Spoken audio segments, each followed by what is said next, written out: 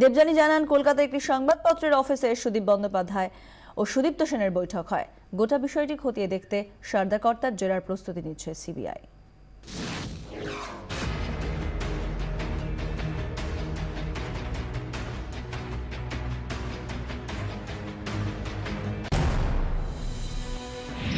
সারদা রোজভ্যালির মধ্যে common link কি সুদীপ?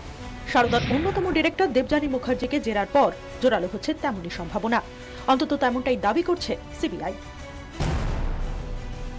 সারদা কেলেঙ্কারি নিয়ে সম্প্রতি ভুবনেশ্বরে নতুন মামলা দায়ের করেছে সিবিআই।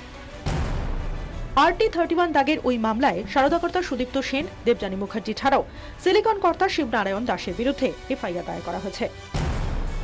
এই মামলায় 12 থেকে 19 ডিসেম্বর দেবযানী মুখার্জিকে হেফাজতে নেয় সিবিআই। সিবিআই এর দাবি, সেই সময় জেরায় চাঞ্চল্যকর দাবি করেন দেবযানী মুখার্জি।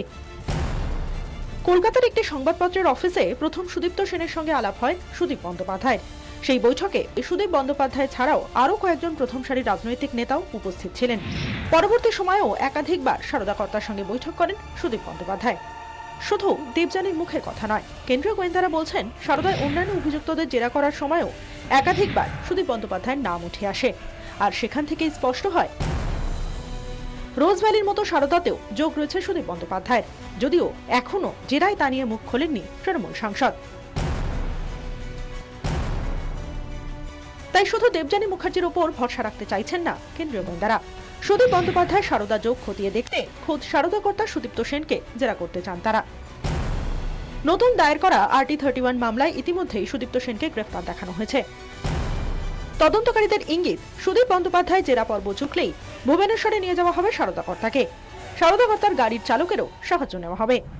কেন্দ্রীয় গোয়েন্দারা নিশ্চিত রোজভ্যালি ও সারদা একটি নির্দিষ্ট বিন্দুতে মিশবে, আর তাহলেই সারদা কাণ্ডেও সুদীপ বন্দ্যোপাধ্যায়ের বিরুদ্ধে মামলা দায়ের করতে পারে সিবিআই। 24 ঘন্টার জন্য সিজার মন্ডলের রিপোর্ট, ভুবনেশ্বর।